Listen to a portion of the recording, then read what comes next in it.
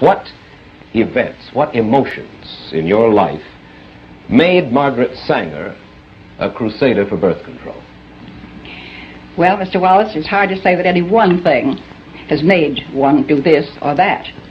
I think from the very beginning, I came of a large family. My mother died young, 11 children. That made an impression on me as a child. I was a trained nurse, went among the people. I saw women who asked to have some means whereby they wouldn't have to have another pregnancy too early after the last child, the last abortion, which many of them had. So there's a number of things that are one after the other that really made you feel that you had to do something. There are some other possible reasons that suggest themselves on reading your biography by Lawrence later. Your mother, as you say, died prematurely after bearing 11 children. She was born a Catholic, was she not? She was born a Catholic, yes. And in Ireland. Your father was a sort of a village atheist who clashed with church authorities, and because of his atheism, his earnings dwindled under community pressure. You and your brothers and sisters were known as, quote, children of the devil, end quote. Could it be then that, in part at least, you were driven emotionally toward the birth control movement because of antagonism toward the church, because that was a way to fight the church? No, I don't think I had anything of the kind in mind. I was what I would call a born humanitarian. I don't like to see people suffer. I don't like to see cruelty, even to this day. And in nursing, you see a great deal of cruelty and unnecessary suffering. At that time, there was no opposition as far as the church was concerned, any church. It was mainly the law, the federal law and state laws that one had to think of. The church was not in my mind at all.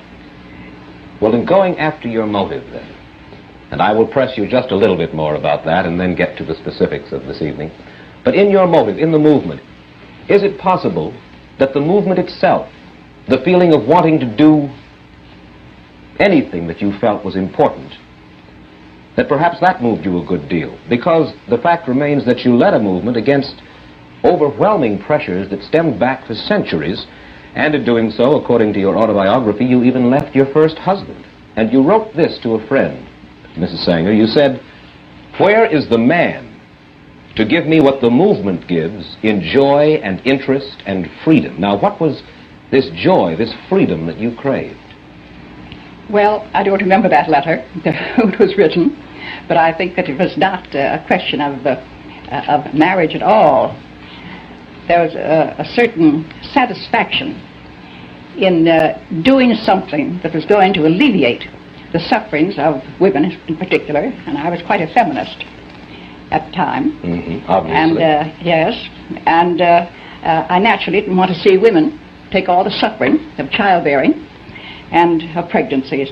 Welcome back to Breakdown Friday. Joseph Ward, Patrick Irvin, Professor Carl Tone Jones. We're here breaking down Margaret Sanger.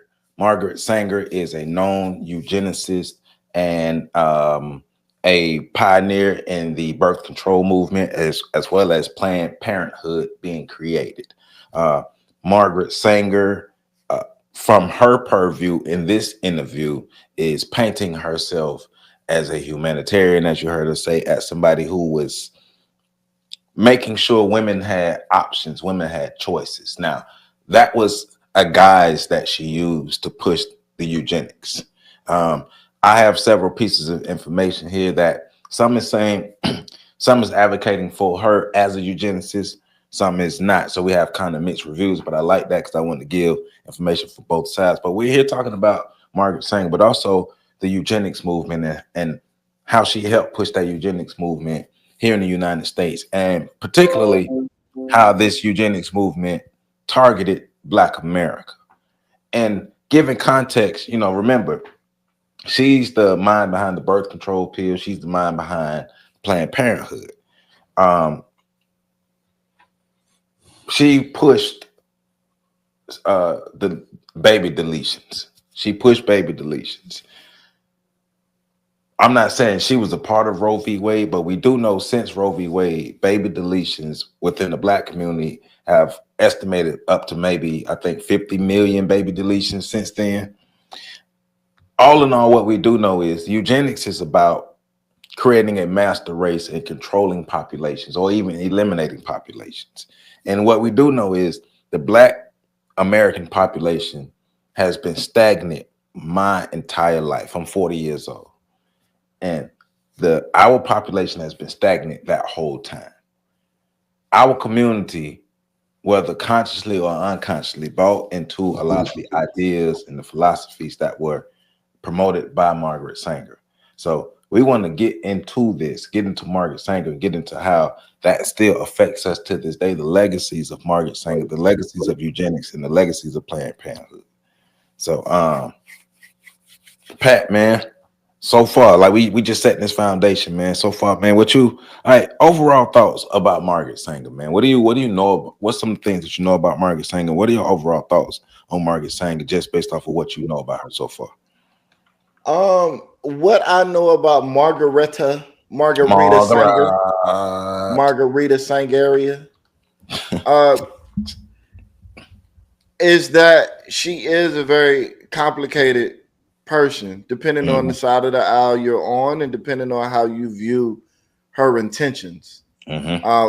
Me personally, I don't know her intentions. I know what she says, but I also know that people say a lot of things that aren't true. I do know her legacy as far as the impact that it has had on the Black community. And so that alone causes me not to view her in a positive light. But I know PC is a lot more knowledgeable about some of the more intimate details. Hey, man, I ain't gonna say, you already said, I ain't gonna lie. Like, I had PC in mind when I constructed this. So, you know, this one's for you, big dog. Yeah. This. So for everybody asking, this is a lob. This is alley-oop. So yeah. So I know a little something, but I know PC is gonna really delve into it. But my views about Miss Sanger are not very positive, simply because of, like I said, the impact of her work on the Black community. And whether or not, I don't even like to get into arguments about intentions with people, because those arguments tend to be disingenuous. Right. A brother like PC could spit out all the facts in the world with proof and evidence to showcase her intentions. And people that don't want to believe those are her intentions are just not going to hear any of it. There's no proof that it is great enough. I got some information from Planned Parenthood about her. So we're going to get into it, though. And I'm sure we are. But my overall general thoughts about her are that she is an integral part of Black genocide. And I think Black people need to think about and remember her as such, just in terms of a neutral orchestrator of it, because a lot of Black people feel a certain type of way about attaching negative emotions to it. Okay, that's fine. If you're one of those people, that's fine, but that doesn't change the fact that she has had an integral role in the death of hundreds of thousands, if not millions, of Black babies.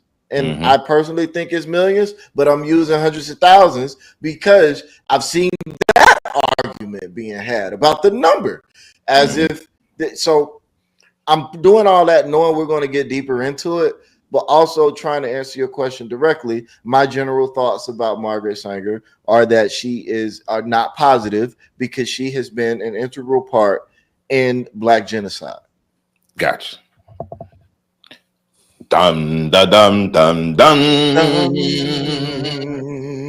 All right, PC. So the way I'm gonna lay the question out to you, give us your thoughts on Margaret Sanger, but lay it out and kind of give the people who may not know some background information about Margaret Sanger. Well, she was part of the Eugenics Society, and there were some other notable members of the Eugenics Society. One, Prescott Bush, was a member of the Eugenics Society. There's others, but when we even Booker T. Washington was a member of the Eugenics Society, but nobody was really sure about why he was there. speculation, like No, Perry said. that W.E.B. Du Bois. The W.E.B. Du Bois? I thought Yeah. Booker T was too. Okay, W.E.B. Du Bois, member Yeah. of the Eugenics Society. So there's some speculation as to why they were both there. Well, they were there. Well, he was there. So, but Francis Cresswell, I mean, oh God, no. Let me rebuke because I wanted to get into Francis Galton. Francis Galton is considered the father of eugenics. Mm-hmm. And he was the cousin, I believe, like first or second cousin of Charles Darwin. And so in both of their theories, they both speculated in terms of the abilities, the cognitive abilities of groups of people based on their color, basically their skin color and race. Right. And so the theory of evolution versus the theory of eugenics coincided with one another. And through the eugenics was about the survival of the fittest. Mm-hmm. You know, I mean, so it took Darwinism and it actually made it practical. So they used terms like culling, like people would do with farm animals, or if you were trying to breed certain animals, you would kill off the weaker strain, and then you would to allow the stronger strains to multiply and the stronger genes to multiply in terms of getting a better breed. And so they applied this to people and human beings, and some of it was derived towards people who they would consider inbred imbeciles, and they would want to stop their opportunities to reproduce. So that was some of the first passed laws in different states. What makes her situation unique is that she was the leading agent in terms of pushing this agenda forward with the full support of the Rockefeller Foundation. And that needs to be understood. And so they determined, they created the ABC League, the American Birth Control League, and I believe it was in the 20s, if I'm not mistaken. I didn't really have a chance to look up the dates for specifics. But that then was the seed for the child that was then later created from that, which was Planned Parenthood. And it was strategically placed in Black communities at this particular time, because at that point of history, you didn't have a significant Latino population or other said minority population in the country right now at that particular time. Their target was the Black community. Right. She would have meetings with pastors and you know, these Negroes are all easily bought and paid for. They would allow her to come to the congregation and speak at their Sunday services about the options of birth control and most importantly, the options of child deletion. And so she was pushed behind the whole contraceptive movement that you spoke on earlier. And her primary purpose was to eliminate the reproductive power of Black people, because they see things as you know, as eugenics, they see this as a war. Now, her talking about being a humanitarian, well, people talk about that all the time. Hitler saw himself as a humanitarian. A lot of people don't know that. Hitler himself derived this whole movement in terms of the extermination of the Jewish population based on the theory of eugenics and how it was used in America, specifically against Black people. The Tuskegee experiment was part of the eugenics exercises in terms of policy and influencing policy in America. And he took those lessons. He was also a student of Prescott Bush's. So this is a whole, see, because she's the figurehead, but there was a whole movement behind her that not only profited off of the suffering of Black people, but also this was the final solution for them too. It was just, they play this game where they have it's the culling game, and it's called what is it called? One of them is where you have a long term, and I know somebody in the comments is going to be able to shorten this up, where it's sort of indirect in terms of the culling, and then there's direct culling like wars or genocides. So the indirect cullings are the ones in which you sicken the people over time. You reduce their numbers over time. And so this whole push behind the freedom of women having control of their bodies, that was the propaganda that was used, similar to what's been used today, but that was the same propaganda used back then in terms of wanting women to be unbridled with the burden of bearing children and so forth.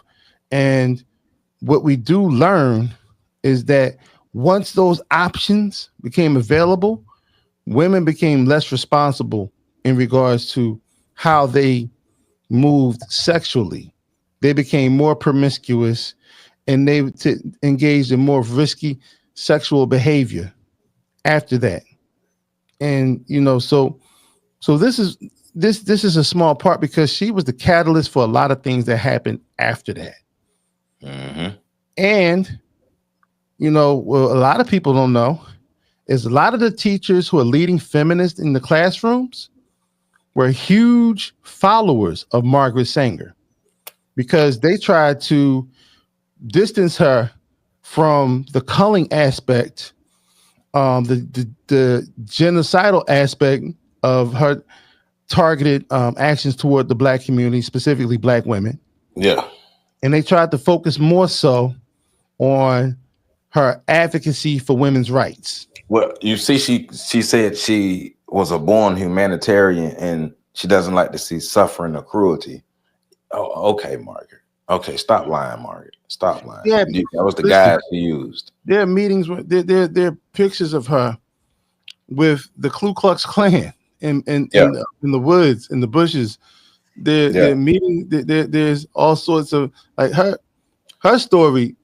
I understand what Pat was saying about not trying to judge her intentions, but she lays out a pretty detailed line of breadcrumbs that would stipulate the fact that this is what her intentions were.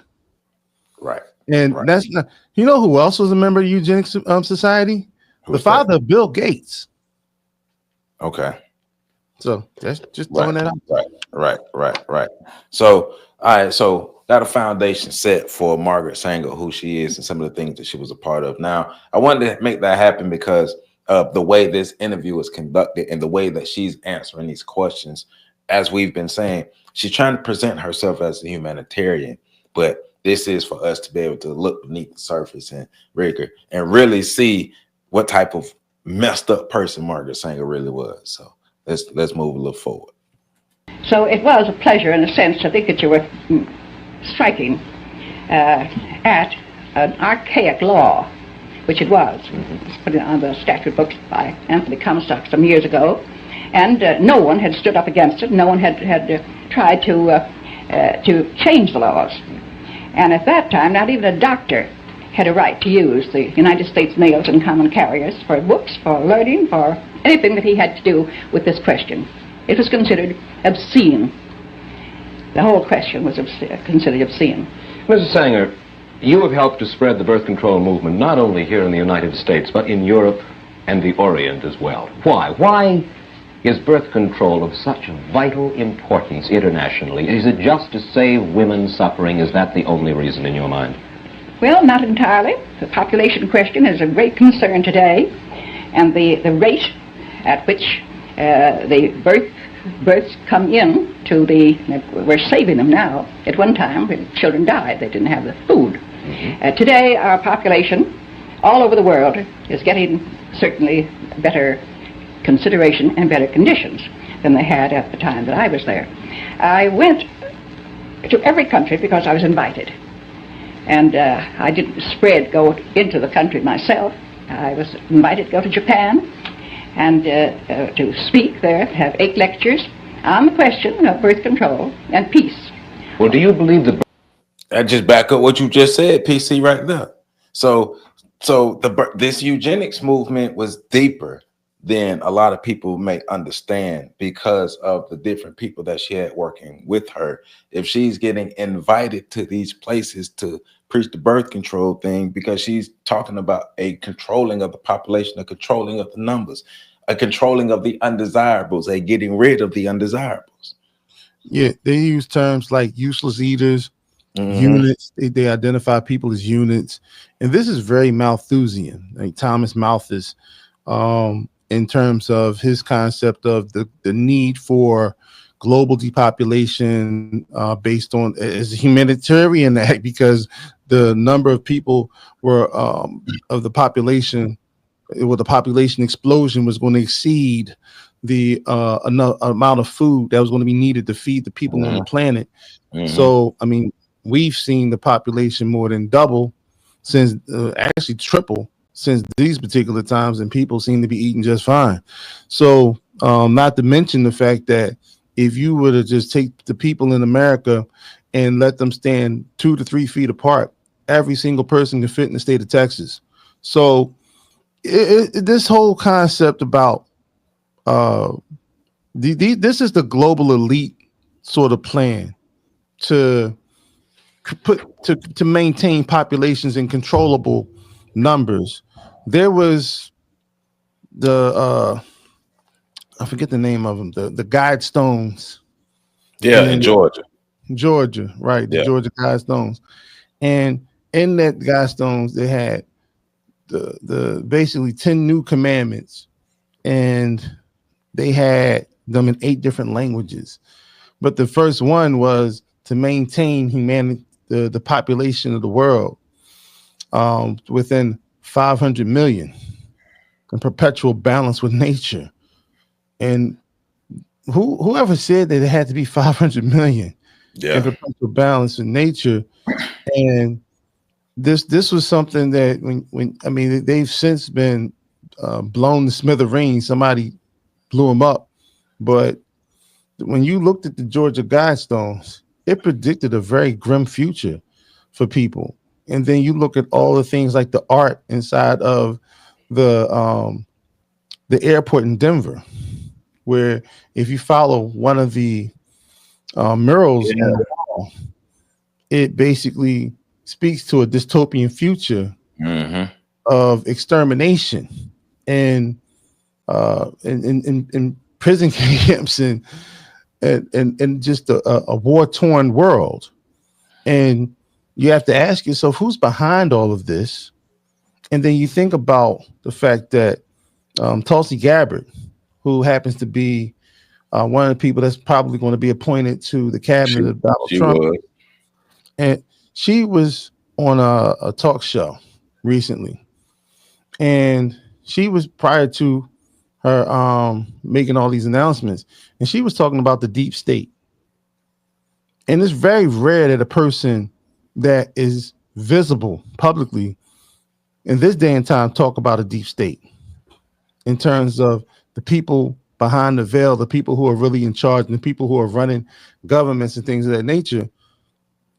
And when you see that, you have to ask yourself, because Prescott Bush, along with the other members of the robber barons, that part of this eugenics group, they tried to overthrow the government 100 years ago. And they tried to unseat Franklin Delano Roosevelt as the president. And they almost had it. But it was a general by the name of Smedley Butler who actually came forward and went public with the plan.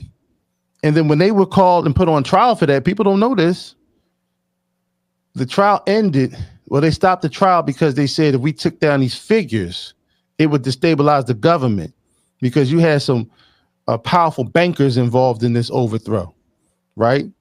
I mean, some of y'all carry their bank cards out now. If you got a Chase Manhattan card, you know what I'm saying? You need to know where that comes from. And they said back then, ironically, that taking them down would create a chasm in the government, and the crisis, basically, it was too big to fail. So they were too big. If you took them out, the government would fail. Right. And so they were allowed to proceed to move forward. Prescott Bush used all the money that he invested in the Holocaust that took place in the German War, in the World War II, and he used all of that to basically bankroll his family into American royalty, and that's why they've had a succession of presidents that were direct descendants of his. So this goes deep. What? Yeah, the rabbit hole goes deep. Well, what is one of the main reasons, especially after this election, that especially Black women are crashing out about online? What are one of the main topics? Birth control. They're crashing out for the ideas that were laid down by Margaret Sanger. So, I mean, all of this stuff. That's why when I came across this interview before the election happened. So it's just ironic that the election happened and then the fallout from the election is happening the way it is. But one of the main points that they was running on was this birth control, was to be able to do the baby deletions, to be able to do all these things. But once again, Black people have to realize we've brought into the ideology. We brought into the ideology. So we're actively performing population control on ourselves. Well, hold on, Jim. If I may, I don't want to interrupt. And I've been wanting to say this for a minute. We have to really address things, and people think that, hey, I've heard it all the time. You just hate Black women. No, I love the Black community enough to know that we need to correct all bad behaviors, right? All misbehaviors. And if for the longest, Black women have been the untouchables in our community in terms of their behaviors, in terms of their contributions to the community, in terms of their actions. Everybody else has been judged. The children have been judged. The men have been judged. The elders have been judged. But we sort of walk this, we walk on eggshells when it comes to addressing this. So, sisters, I'm gonna tell you all something very important, and it's something you know, but nobody has really ever said it to you. Black women suffer from a collective problem, a collective identity that's attached to having low self-esteem as a group. So in order to address this, a lot of our women want to put themselves or project themselves in the situations that don't concern them. So am I saying the concept around baby deletions doesn't concern them? No. What I am saying is the whole notion of Roe versus Wade and the reversal of Roe versus Wade had nothing to do with them. So everybody out here crashing out, blaming everybody, specifically Black men, because you said we decided to vote against you and your interest. You were never an interest of the government, of the people and the powers that be. You were manipulated because people knew that they can tug on your heartstrings based on your collective low self-esteem. And they played in your faces with it. And they're still playing in their faces with it because many of you are still crashing out, shaving your heads, going on 8G movements or whatever the hell y'all doing, and talking about that you're going to not deal with your families from this day going forward. Whoever you think was of your politics, but hold on, jokes. I got to finish this off. I'm just ad-libbing. So, in regards to the notion, 60% of white women are the ones deleting their children. The white population has been in decline for the last 20 years at least, and they've known this problem was going on since the 80s. They're concerned about their population.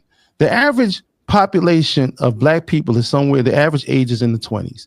Same thing with the Latinos in this country. The average age of white folks is like 58. Shout out to BGS Itmore for that information. The average age. So that means that white community is aging out. That means in about 15 years, the numbers going to decline rapidly. Rapid decline. and their numbers. And they see this. This here was them pulling the emergency lever, break glass in case of emergency button. This was what they were doing for their community. Black women wanted to be seen as important, so you pushed yourselves at the front of this. So you allowed a black adjacent woman to represent you, which is the ultimate disrespect. Because if you have to question the blackness, she ain't black enough. Right. But and go ahead, Joe. I'm sorry, I'm done. No, but it's just at the end of it, like the foundation of it comes from this. The foundation, a lot of those ideas comes from this woman here who was known for having the ideas and having the quotes about black people having our population being controlled. Like they saw us as undesirables. They saw us as less than. So we need to be controlled. We need to be eliminated. It's like having a weapon that's been used against you, and you decide to get your hands on the weapon, and then you paint the weapon a different color, and now you claim the weapon to be something powerful for yourself, but the barrel is still pointed in your face. Hey, look. So I'm gonna shut down because I've been talking. So Pat, you want to jump in before I click it back on? Nah, y'all's cooking. You shared everything I would have shared. Go ahead. There it is. Gumbo then. Gumbo. Birth control is essential if we want to keep millions of people across the world from starving. Is that your thesis? Say it again. Do you feel that birth control is essential to keep millions of people across the world from starving? Well, I think the birth control, if you keep your population more or less static until you pick up your resources, certainly you'll keep people and prevent their starving. Well, what's more important, birth control or picking up the resources? Well, picking up the resources, there's just a limit to that, too. There's just so much. Take Japan. And she cannot feed. They've had the best experts come there when MacArthur was there. Mm-hmm. The best experts have said they have 20 million more people than they can feed. She's got to be fed outside in some way. Mm-hmm. She's got to have that kind of help if she's going to keep from fighting. But certainly around the world there is potential agricultural land that is not being properly used now. Just this past year, on May 21st, the New York Times summarized an important study of the world's food resources made by Professor James Bonner of the California Institute of Technology. Professor Bonner says the world is not using 1 billion acres of potential agricultural land, and he adds that if this land were used and present agricultural land were improved, the entire world could be fed adequately, even if the population increased by 1/3 in the next 50 years. Oh, Mr. Wells, you hear so many fantastic things of what can happen, what may happen. This and that, I've heard it for the last 30 years anyway, to what could be done, but it's never done. And the thing is, what is it now? What have we got today? A very distinguished woman spoke to me about Arizona. And she said, I wish you wouldn't talk about population. She said, all the population of the United States could be put in one state. And I said, what state? She said, Arizona. I said, did you ever hear of caliche? She didn't know that I was talking about a delicatessen or what. I said, well, caliche is harder than any rock. And it is about 3 inches below the ground, where it looks beautiful. It looks as if you could have food. It looks as if you could have corn or wheat or cotton. But as a matter of fact, you have to dynamite caliche out of the ground in order to have a little shrub, have a little grass, or a few flowers. So there are many problems that when it comes to that. And the demographers, I never heard of anyone that would agree with that. What does that have to do with what the lady said? She just moved the goalpost. She think we stupid? She just moved the goalpost. The question was the land habitable? The thing was about you can fit the population inside this state. That was the thing. The thing was that just from one state, there's enough room and enough land for fit all these people in this state. Nobody argued whether it was habitable. So if they can fit in Arizona, guess what? They can fit in other states that have better terrain. That's the whole point. What does the caliche got to do with whether the people can fit in the state or not? Who she thinks she talking to? The first time I saw that, I lost my damn mind. I'm like, is she serious? But what time? What time seeing it is this? This probably like my fourth. So the fourth time you saw it, you lost your dang mind too. Right, because that doesn't make damn sense. It's a red herring. You moving the goalpost. You want me to focus on the Kalichi, but that's not. The lady didn't say nothing about Kalichi. She was talking about the population being able to fit in this state. So think about it. We have bigger states with better terrain. Yeah, and you're right. And she did what people like her do.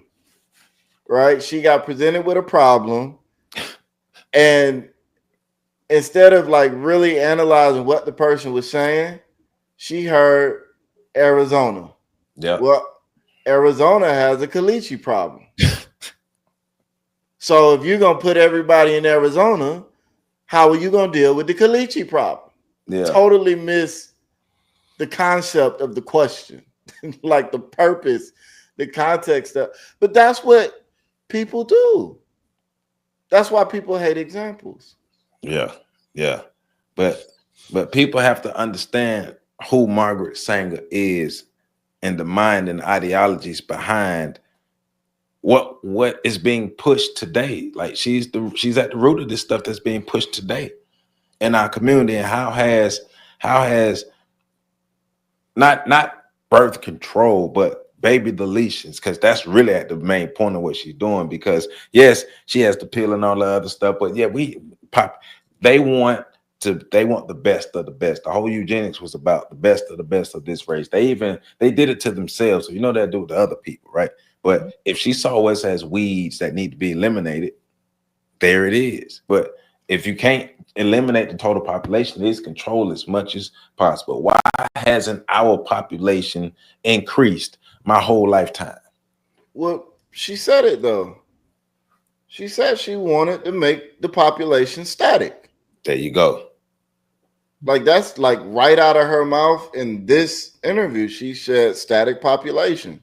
Right. So, and by and large, it has been very effective. Black people have been 12 to 14% of the population of America for the last, 100 years plus? Mm-hmm. Like our population has not moved one way, up or down. We've been locked in that little 12 to 14% range. That's called static.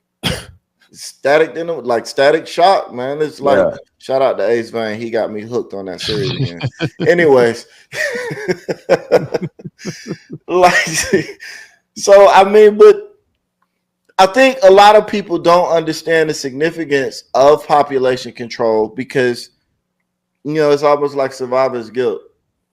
Not survivor's guilt, but like survivor's bias. You know what I'm saying? Like, you don't understand what all you've lost because you made it. You don't understand the loss of, you don't understand the loss of everybody else around you or how unique or how special your situation might be because you've gone through a situation and you made it out. And so I think in that situation, I think we got to talk about how does population actually impact the globe? What does it mean when you have a larger population? Black people have gotten so used to being second fiddle, third fiddle, fourth fiddle. We don't understand. Like, that's why it took us so long to catch on to what was happening with the Hispanic community. Yep. Like, they have become the dominant minority. And now we're starting to understand the problems with that, because the dominant minority is the group that the majority population observes all the minorities through. So they get all of those perks of being the firstborn, if you will.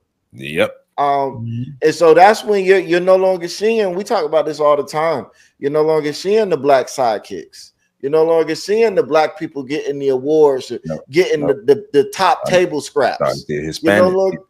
You're seeing the Hispanics getting all of the recognition, all of this, all of that, all of this. And while we can fully acknowledge that everybody's getting scraps off the table, we can also acknowledge that there are certain perks and certain liberties and certain freedoms that you have when you're getting the best scraps off the table. Now, ideally, we can, let me say this, because I know what I just said sound crazy to a lot of people. Go ahead. Ideally, we would love to build our own table in our own home with our own roosters and chickens and goats and cows and all of that other stuff. And we would love to not have to deal with table scraps. But until we decide to let our gonads be in the position that they need to be, hanging, then we got to deal with what we got to deal with. And it's easier to fight when you're at least somewhat properly nourished than when you're totally invisible and malnourished. And so that's what we're dealing with here. But I think even in terms of resources, you're going to start to see those super black elite wealth opportunities and all of the, even for the middle class black folk. We're talking constantly about the shrinking middle class black folk. We're talking constantly about the growing working class black population and all of these things of that nature. A lot of that has to do with population. Hey, man, go read Powernomics. It was published in 2001. Dr. Claude Anderson has been telling us this for the longest. Population matters. All y'all people who actually really think that we live in a democracy, you don't want to actually live in a democracy, and then you are the population with the third highest numbers, and the Asians are coming for us. So, I mean, soon we're going to be fourth in population. Numbers matter. They matter. Even in this republic, they matter. Well, we're pretty irrelevant in the numbers game. I mean, right. When I looked at the election numbers, one thing I noticed is that the combined black vote was only 11%. Of now, I know a lot of brothers and sisters stayed home. Now I'm saying they voted for the chair or they voted for the couch, but it's still pointed to in terms of it's glaring to know that all of us could have voted. And we all did vote, but all of the whole population could have voted, and could still won. That number probably not a lick of difference. Yeah, it probably would have went up to like 12%. That 11% is not off from the population though, and it closely represents the population of black people in America. Well, no, but what I'm even talking about, Joe, is the fact it didn't even get to that point. I know, but that's the thing. Like it's adding on. Like look at what the black population is. Look at the percentage of black people who voted. Like you said, so if every black person would have voted, I had to move that percentage up just a little bit, and Trump would still won. Hey, Joe, what you eating over there, man? We all need to get sandwiches. What you eating over there? Pecans, man. I was gonna say Joe got a girl though, so you know he eating good. Right. We real meals now. Give me some yeah, no, but PC, you make a great point though about, you know, again, like that's another one of the dynamics of having a population is that you matter when it comes to voting. In the census, you matter when it comes to political agendas being established. When it comes to representatives for states and representation in Congress, having a larger population matters. Excuse me. I bet you moving forward, the Democrats gonna be looking at them Hispanic folks a little different. Oh well, they try to now. They just didn't have the timetable. Had this been 4 years from now, the conversation they wouldn't have had Beyonce and all them people speaking. You know, they would have been looking for Ricky Martin and that squad over there. So, but one of the things I think people need to understand is how important the population is. And I think a lot of like this whole conversation about, well, you know, women want to be free and women want to do this. There's a due diligence that comes with nation building. And this is why the whole concept and notion that's been sold to black people, excuse me, it's tickle. That's been sold to black people in terms of like having this rugged individualism and how our women are on it big time.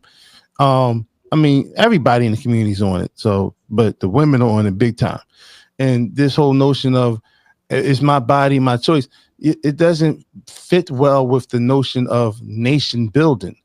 Because if the importance of population, do you know prisons are built in small towns small rural towns. And they're built there for a reason. They're built there to generate a power base in a place where they can control the outcomes in terms of having access to more government, more money. How is that? The bigger the prison, the more inmates you have in the prison. Those inmates count towards the county census. When it counts towards the county census, that means you get more congressmen. That means more state and federal money comes to your area, and that particular prison becomes sort of like a power base in terms of providing jobs and income and opportunity. The only people that don't get a benefit from being there are the ones that are incarcerated. That's how important populations are to a region, to a group, and to a people. And when you forsake the future of your community because you want this fleeting happiness that nobody seems to ever be able to catch up or find or hold on to, then what happens is you then nullify the ability of your nation to build and grow. And then nations do go extinct. People go extinct. Groups of people go extinct. People become non-factors. And we've become a non-factor politically. Like what we saw during the election, that was just theater. That was just theater. They picked, people who like Sonny Holston and all those people who are looking to re-image themselves for a new part of their career and so forth. So they want to be this outspoken voice, this, that, and the other. But the bottom line is you're championing something that was designed to destroy you. It's like a rat championing tomcat rat poisoning. Right. It's you're championing your own genocide. You're partying and celebrating your own genocide with this. And I'm not saying everybody should. This is not about what they're making it about. Because the majority of women who deal with these issues that need to have an early term or a late termination during pregnancy is like 1% of the population of women. It's 10% of the women that choose to go into these who choose to delete their children. No. All right. And I think we need to start saying it like this, not the fetus, delete your children. If you can detect the heartbeat, it's alive. All I'm gonna say is my body, my choice includes smart preventative actions and methods on the front end as well. So, yeah. Oh, apparently that's what's happening. I mean, ain't that the repercussion? We're mad at you, so we're gonna make responsible sexual decisions. Well, no longer going to be promiscuous. If we're gonna have that conversation, though, I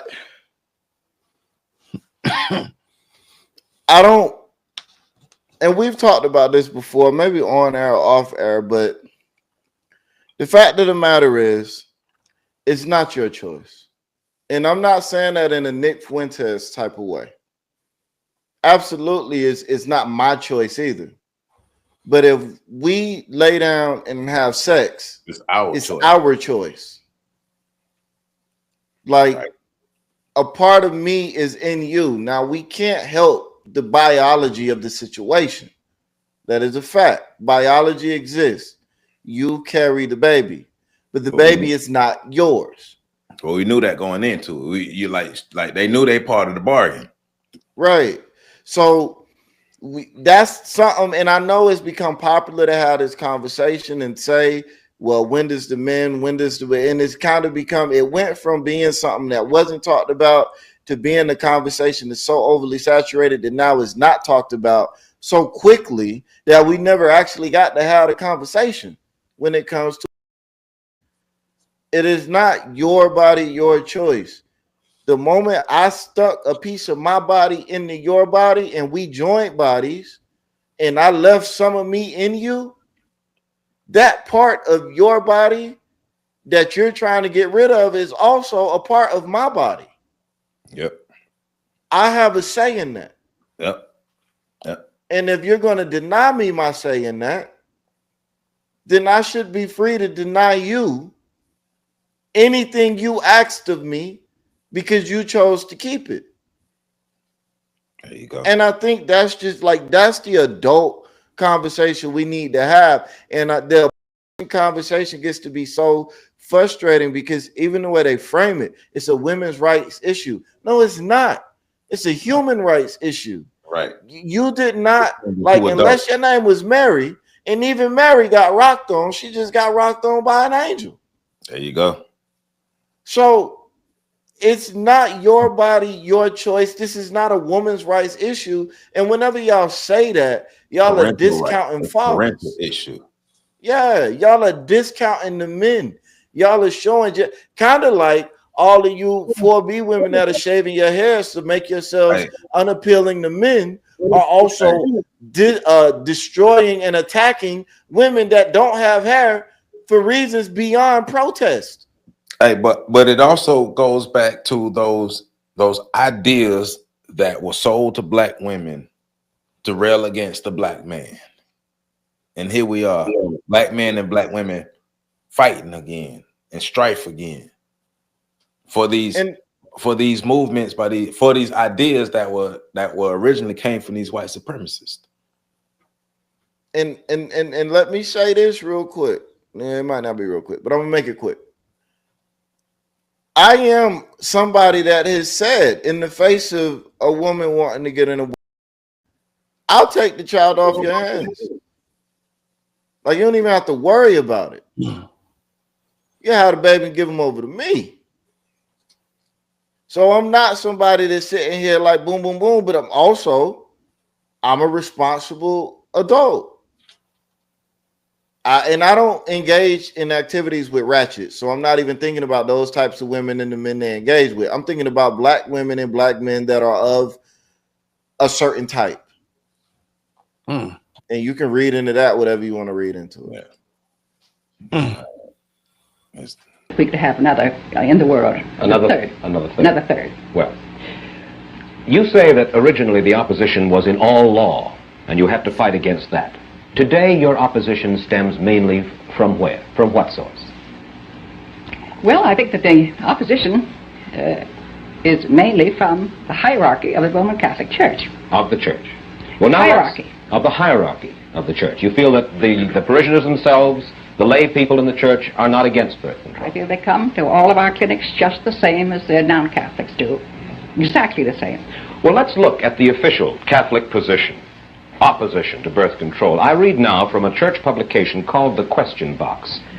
In forbidding birth control, it says the following. It says, the immediate purpose and primary end of marriage is the begetting of children. When the marital relation is so used as to render the fulfillment of its purposes impossible, that is by birth control, it is used unethically and unnaturally. Now, what's wrong with that position? Well, it's very wrong. It's not normal. It's not, it has a wrong attitude toward marriage, toward love, toward the relationships between men and women. Well, these ideas ain't new. These ideas are not. This lady is literally advocating that, hey, having children in a marriage is. She said it's not normal. Yeah. Well, she said the idea that preventing people or being able to have sex, the view of the church that people should not be able to have sex without children. Correct me if I'm wrong, because it kind of went in and out. Well, the view of the church is that people in a relationship having sex and not having children is wrong and not normal. Right. That's what she said, right? Right. Yeah. So the church is promoting sex during marriage and children coming from sex and sex being used to procreate children. So that's the stance that they are pushing. So her stance is not just, you don't need to be married to have sex. You don't need to necessarily have that foundation there to have sex. Just go have sex. And if you have sex and you so happen to get pregnant, well, you have an option. Or if you use the birth control, you don't have to worry about getting pregnant. So you're basically pushing promiscuity at an early stage. Yeah. And then that bled over to the sexual revolution of the 70s. Right. And where you had a conglomeration of Cosmopolitan magazine, the women's suffrage movement, and Playgirl magazine all come together to conspire a plan to work on the psyches of women by making promiscuity exciting, by promoting single mothers, promoting women to go on and further their education, to utilize their 20s to engage in promiscuous activities and building their careers. And then once they are all sexed out, then they can go and look towards building families in the mid 30s. And this is around the time you start to see a lot of the mortality. You started seeing a lot of the issues with women having children and the birth decline over these particular times, because women were trying to start families when they were going through geriatric pregnancy. So either after 30, when they have less than 10% of the eggs they were born with to have children, and their reproductive walls, for the most part, start to firm up, which makes it more difficult to have children. You also start to see the mortality rates increase, specifically in Black women, because Black women don't get the same care as other women when they go to these hospitals to have children.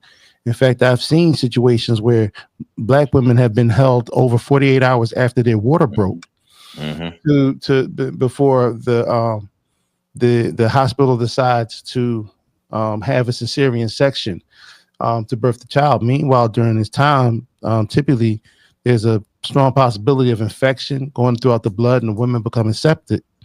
And once sepsis is in the bloodstream, it's very difficult for women to survive the process of having children. So those are things. Now, see, that right there is a protective right that I would assume women would be concerned about. Not this here, but to go back to the if you want to have if you want a visual of what the premonition of what this particular thing looked like, all you have to do is watch the TV series Sex and the City. And that's what became of this particular movie. Because it's promoting what we see now. Sex with no strings attached. The sneaky links, the hookup culture. And we can see the repercussions of this hookup culture. This hookup culture has led to a lot of unplanned births, a lot of diseases being spread, a lot of psychological, physical trauma, all these different things. But especially in our community, it's moved us further and further away from building strong, solid, healthy family units. And it's also created a medical epidemic in which a lot of Black women are suffering from fibroids. Having issues with so for half of the month, their reproductive area or their sexual areas are not are places of suffering. It's compromised. Yeah, and those things. These are things nobody talk about in regards to the side effects of having all of these baby deletions. Is that it actually creates a situation in which eventually women have to go through surgery to remove what's it called, the fibroids. Well, not just the fibroids. Oh, you're talking about the ovaries and the uterus. Yeah, uterus. Yeah. They all that got to come out. What I'm saying? You made me think now, because it's two-pronged. So to add on what you're talking about, so the women, especially if you're having multiple abortions, you're not doing your body a favor. But some of the women who may have had issues with birth control or other issues with stress, or either other health issues that have led up to the fibroids, the diet, what they put in their hair, is a whole lot of other factors that go into women having these reproductive issues. And it's the total environment of white supremacy that we are existing in that is descending on us from every aspect. That's why I go back to what Neely Fuller is saying so important. It's like looking at every aspect of how white supremacy affects us. Even in the area, this will fall under the area of sex. Yeah. In addition to that, you have there was during the C-19 epidemic, we saw a reversal in the marriage rates in every other group except the Black community. Every other group decided that they no longer wanted this single independent life, and you start to see a resurgence in these other groups getting married. And so, and even during this election, you recognize that when coming to, and this is an important thing too, right? Because our women like to throw us under the bus, and I'm just calling it like it is. When the women had a choice 2 times to choose a woman president, both times they decided to vote for the person that they identified as the most misandrous, not misandrous, misogynist president in the history of the country. And the white women decided, I want to be with him. White women chose nationalism over feminism. Yes. And that's the lesson that needs to be driven home hard. They chose nationalism over feminism. And therefore, they have, and many of, I've seen so many messages where they have basically identified and told Black women, we are not your sisters, we're not your friends, we're not your allies. See, you have enough white women on the right to balance out what's going on with the extremists on the left and pushing all the feminist rhetoric and all this stuff. More, there are too many left-leaning ideological wise, too many left-leaning Black people, because there are some Black women with more of the conservative viewpoints who are pushing back against those viewpoints from the left, but it's not enough and it's not balanced out on our side. And the left voices just keep drowning it out. So it's like Black Americans, you have to move this way, you have to move this way with us, even though the foundation of this is white supremacy. And it's like, we got to dig deeper. Well, the deeper you dig, what really has to come from this is understanding if we don't push towards nation building, the Black community's finished. Right. And we need babies. We're already irrelevant. I mean, because there's another number out there that Black men, 54% of Black men are single with no children. Single, I'm one of them. And so when well, you're not single. But not single, but like not married, not married and childless though. Yeah, you need to edit that part out before it becomes a self-fulfilling prophecy. I'm not married and I don't have kids. Okay. Edit it out, brother. So and that's the issue too. And if you want a community, because there are options about how we can rebuild and restore the community, but it takes some outside intervention for that. And I don't think a lot of people are ready for that. You know what I'm saying? I didn't grow up wanting that. So something has to give. And I think what a lot of this speaks to is there has to be a seismic change in regards to how our women see themselves in the world. You can't keep calling yourselves the divine feminine and then trying to superimpose yourselves in situations and circumstances excuse me, in situations and circumstances that in the long run are going to hurt you and harm you. Also, they have been put out there without any concern for you, not in a positive way, not in a well-meaning way. So you have to think about why it is that this social programming has been pressed upon you. And we already know that women in general live through the trauma of other women. And so all it takes is for a convincing narrative, convincing propaganda to convince women that this is how I feel. You have 13-year-olds talking about they're taking down the patriarchy, and they don't know anything about what they're talking about. They've never been in a situation where they've been harmed by patriarchy. Right. So, but these ideas. Yeah, these ideas are passed down. And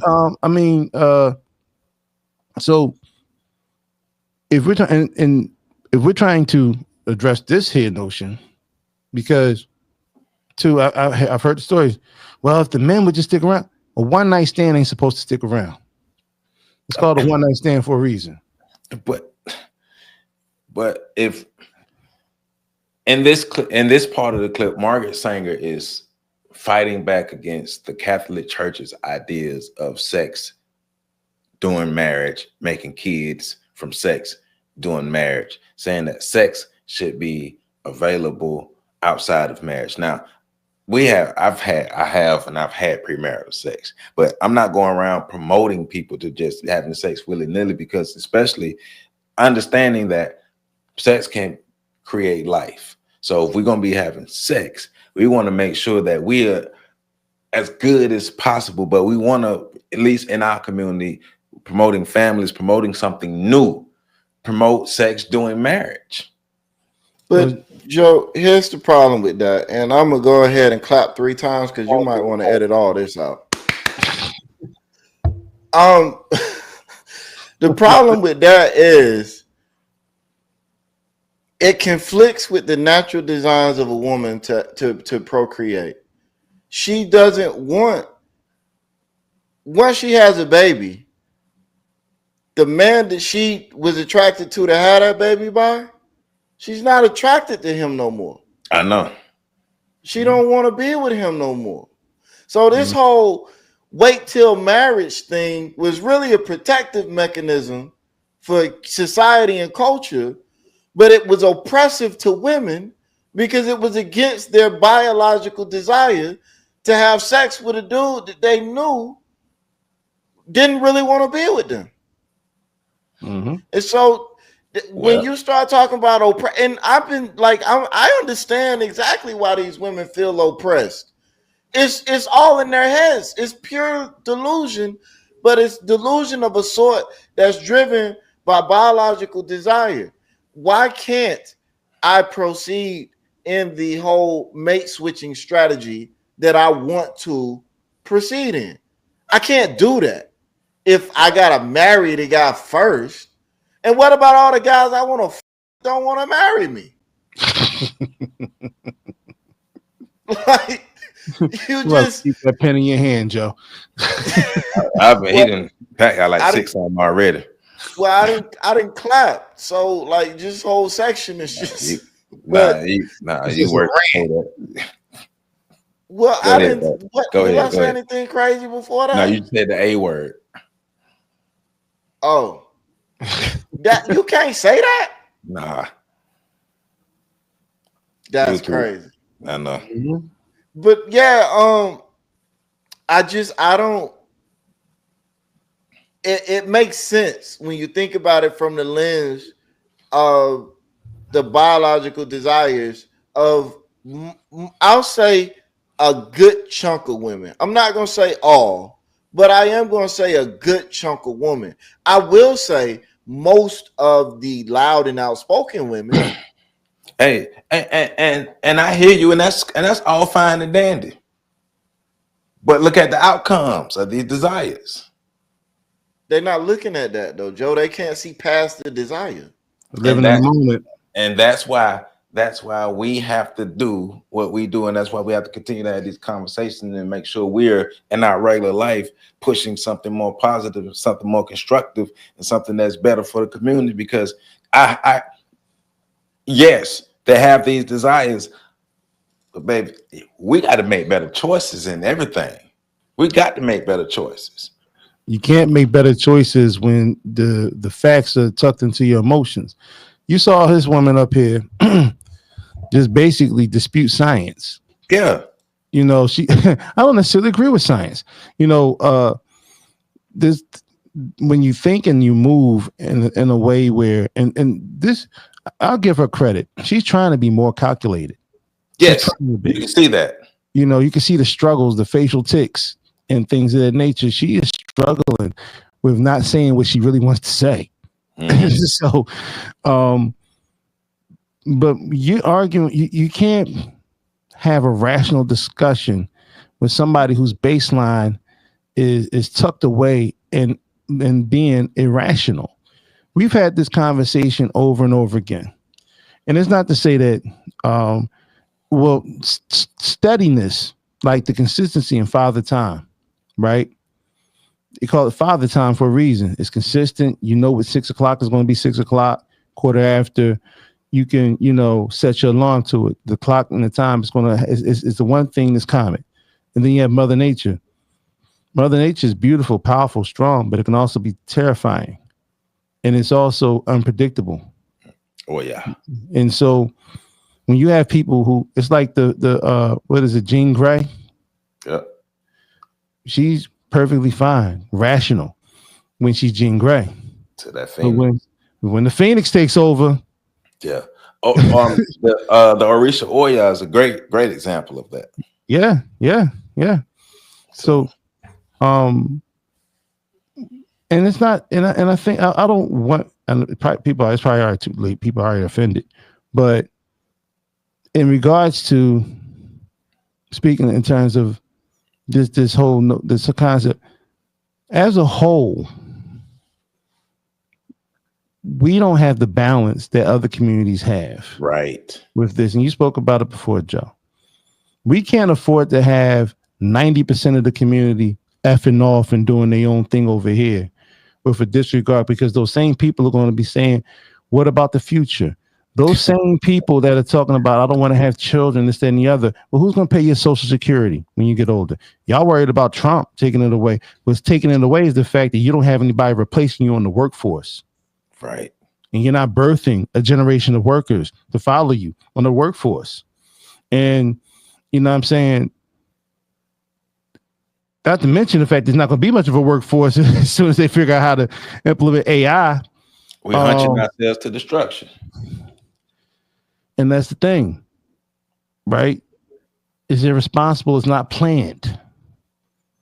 Families usually are planned. It's amazing that Planned Parenthood right. deals with the fact that nobody's planning these families. Nobody's planning to be a parent. Right. And Margaret Sanger's up here. This woman's a loose cannon. But I would not, let me take that back. This woman she knows what she's doing. Is cold. Yes. She knows what she's doing and she's diabolical. That's why I like this interview and I like the way the dude is questioning her, because she's something else. Yeah. Can you imagine her after a couple of drinks sitting around and she loosens up? Hey man, look at her, man. But yes, like you see what I'm and I knew you all were going to see it, but PC specifically, like I said, this was softball for you.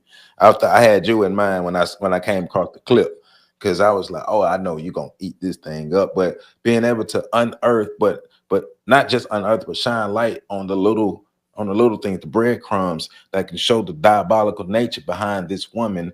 And once again, remember the thing that most of the country, especially the black women in our country was fighting for, come from the ideas of this woman.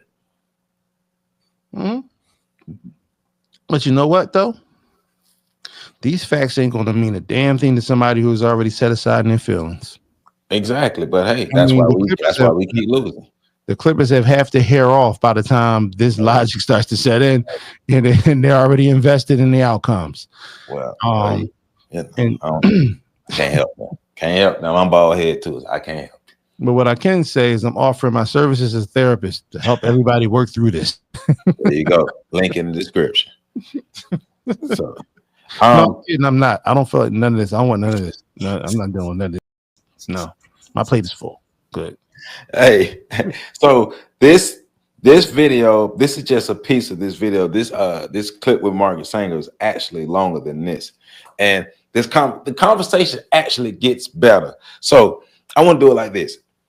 You in the comments, you all get to make the choice if we have a part 2 of this conversation. If you want a part 2 of this conversation, we can continue this conversation next week.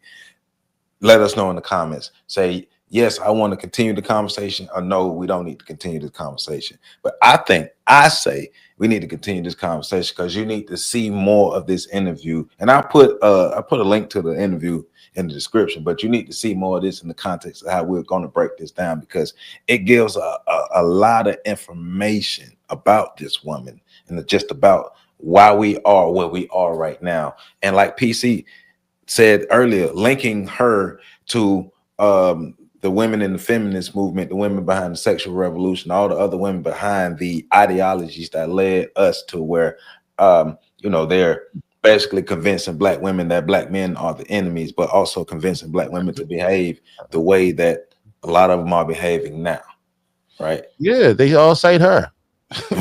I'm just saying.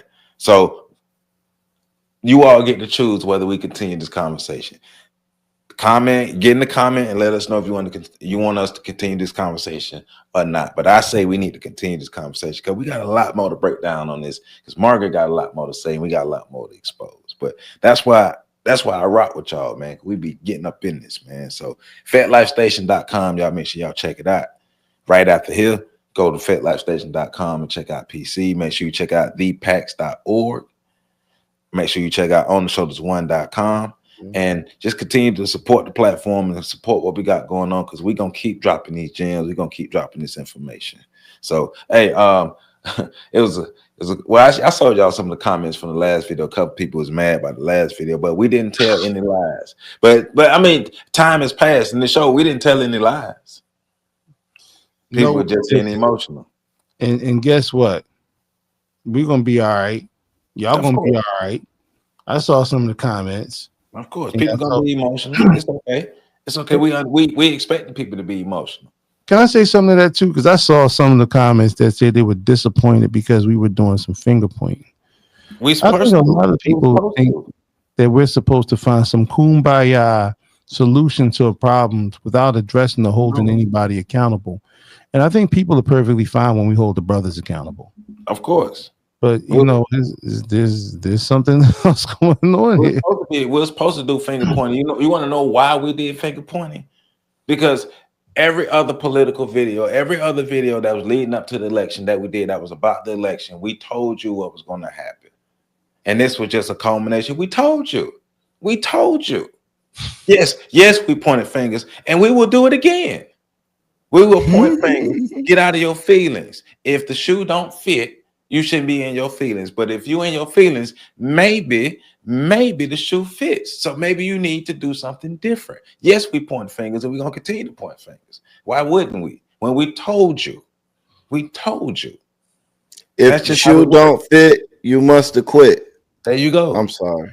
There you go. But look, man, we're not here. We've said this before, and we'll say it again. We're not here to placate the people's feelings. We're not here to make you feel good. We're here to give relevant information to try to help our community get better. That's what we're here for. No, Joe. It's not what we're here for. We're here to get y'all in y'all feelings so y'all come back and watch more videos and keep being mad at us.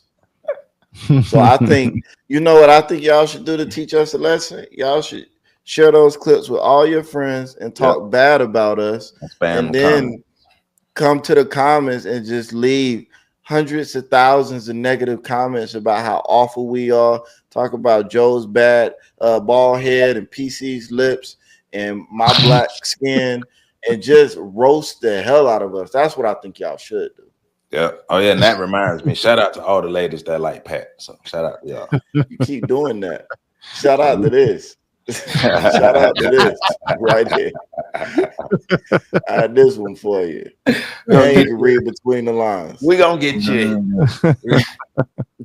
Hey man, but all in all though, you know, we're gonna keep it real with y'all, but we love y'all, and y'all make sure y'all continue to support this channel, support what we got going on, but we got to keep it real with you because we love you. So with that, remember, if you want a part 2, it's up to y'all. We'll see you next time.